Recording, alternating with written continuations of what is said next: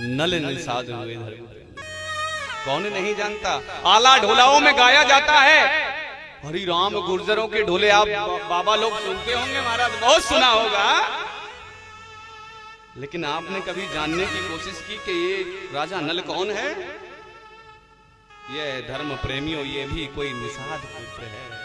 यह भी कोई नहीं, ये निषाद है, निषद देश का राजा। इसका प्रमाण यदि हमें देखना है तो शिव महापुराण की कथा उठाइए, उसमें इसका वर्णन बड़े विस्तार से दिया हुआ है धर्म प्रेमी।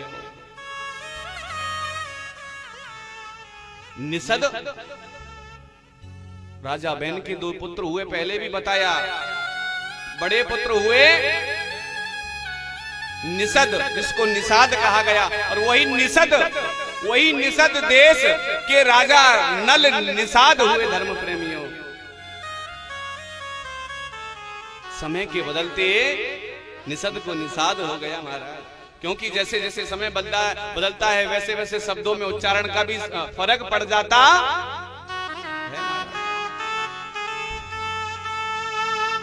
कैसे? अरे पहले जमाने में जल को जल कहते थे, कोई पानी कहते थे, इंग्लिश में अभी तो वाटर कहते हैं। क्यों? समय जैसे बदलता है वैसे वैसे नाम भी बदलने लग जाते हैं। कर्म के आधार पर व्यक्ति के जैसे जैसे नाम बदलते हैं, ठीक वैसे ही मेरा नाम कन्हैया है, लेकिन अभी मैं यहाँ बैठा हूँ तो मुझे शास्त्री लोग कहते हैं। क्यों? क्योंकि मेरा कर्म शास्त्रियों जैसा है, मेरा कर्म ब्राह्मणों जैसा है, मेरा कर्म पंडितों जैसा है धर्म प्रेमियों। लेकिन शास्त्र कहता है जन्मना जायते शूद्राः कर्मणा जायते उच्यते।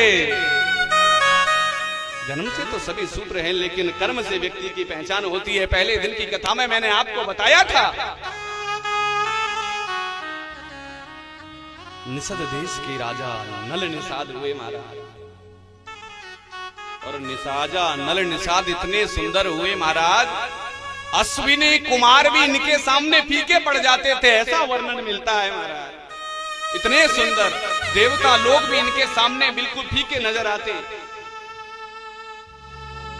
देवता लोग जब राजा नल के सामने खड़े हो जाते तो मानो ऐसा लगता कि सूर्य के सामने हम लोग दीपक की तुलना कर रहे हो, या सूर्य के सामने दीपक दिखा रहे हो महाराज। इतना सुंदर स्वरूप राजा नल निषाद का हम कल्पना भी नहीं कर सकते। इतना ही नहीं, यह राजा नल सहस्त्र विद्याओं में निपुण भी कहा जाता है धर्म प्रेमियों। सहस्त्रबाहु अर्थात सहस्त्र विद्याओं में निपुण। उसी समय विदर्भ देश के एक राजा हुए जिनका नाम था भीम। राजा नल के समान बलशाली थे धर्म प्रेमियों। पहले एक देश का, जैसे आज के हमारे देश के राजा हैं माननीय प्रधानमंत्री नरेंद्र मोदी जी, लेकिन एक ही देश में अलग अलग राज्य हुआ करते थे। जैसे कि आज आप उत्तर प्रदेश राज्य में बैठे हो, ठीक वैसे ही एक राज्य हुआ करता था जिसे निषद देश कहा गया धर्म प्रेमियों। और उसके ही बराबर में एक विदर्भ देश था, विदर्भ देश अर्थात विदर्भ राज्य, जहां के राजा भीम थे धर्म प्रेमियों। राजा भीम की पुत्री का नाम था दमयंती। और दमयंती इतनी सुंदर थी धर्म प्रेमियों, शास्त्रों में कहा जाता है कि दमयंती लक्ष्मी के समान सुंदर थी, रूप वाली थी। आप कल्पना कर सकते हैं, लक्ष्मी की तुलना दमयंती से की है तो आप अनुमान लगा सकते हैं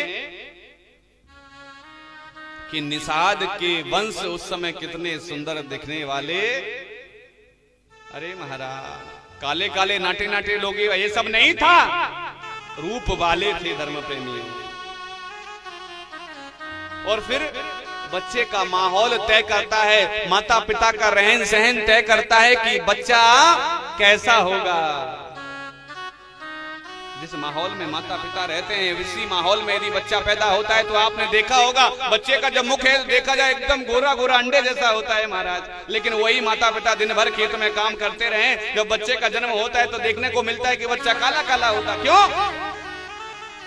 क्योंकि माँ एक ऐसा सांचा है जब सांचे में ईंट को डाला जाता है और कुछ समय तक भट्टे में रख करके उसे पकाया जाता है, अगर अच्छे से पक गई तो धर्म प्रेमियों अव्वल नंबर की ईंट कहलाती है, और कच्ची सी पक गई तो धर्म प्रेमियों बहुत कच्ची अर्थात पीली ईंट कह जाती है, क्योंकि वो कच्ची रह जाती है धर्म, उसका रेट कम हो जाता है।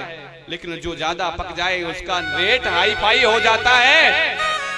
ठीक वैसे ही माँ के सांचे में बच्चा जो है पकता है, बनता है। पकने का बनने का अर्थ ये नहीं है कि 9 महीने पेट में रखना है, ना महाराज ना। पकने का अर्थ है माँ के पेट में जब गर्भ ठहर जाए 7वें महीने से लेकर के 9वें महीने तक माता को चाहिए कि अपने पुत्र को अच्छा बनाने के लिए अच्छे आचरण करे। धर्म अच्छे आचरण करे, अच्छे बोल बोले, अच्छी संगत करे और अच्छे कार्यों में लगे। धर्म प्रेमियों तो देखने को मिलता है जो बच्चा जन्म लेता है बड़ा समझदार और सुशील होता है। बच्चा ने जन्म ले लिया, जन्म लेने के बाद में उसमें बहुत सारे संस्कार जन्म से आए हैं, और जब बच्चा रोने लगता है कहां कहां करता है धर्म प्रेमियों, तो कहता है मैं कौन हूं, कहां हूं, मैं जानता हूं। तब माँ बाप उसको सिखाते हैं कि ये तेरा बाबा है और ये तेरी माँ है और ये तेरे सगे संबंधी हैं। धर्म प्रेमियों बच्चा जब जन्म लेता है तो मान लो कोरे कागज की जैसे होता है, उस पर हमें क्या लिखना है ये माता पिता के ऊपर निर्भर करता है। तो जब भी आपके घर में कोई बच्चा जन्म लेना तो केवल आप एक चीज उसके जीवन में लिखना, क्या लिखोगे? प्रण करके जाओ, वादा करके जाओ, संकल्प लेके जाओ, सौगंध खा करके जाओ। कोई बच्चा यदि हमारे घर में जन्म लेगा तो हम सबसे पहले उसे शिक्षा लेना सिखाएंगे। धर्म प्रेमियों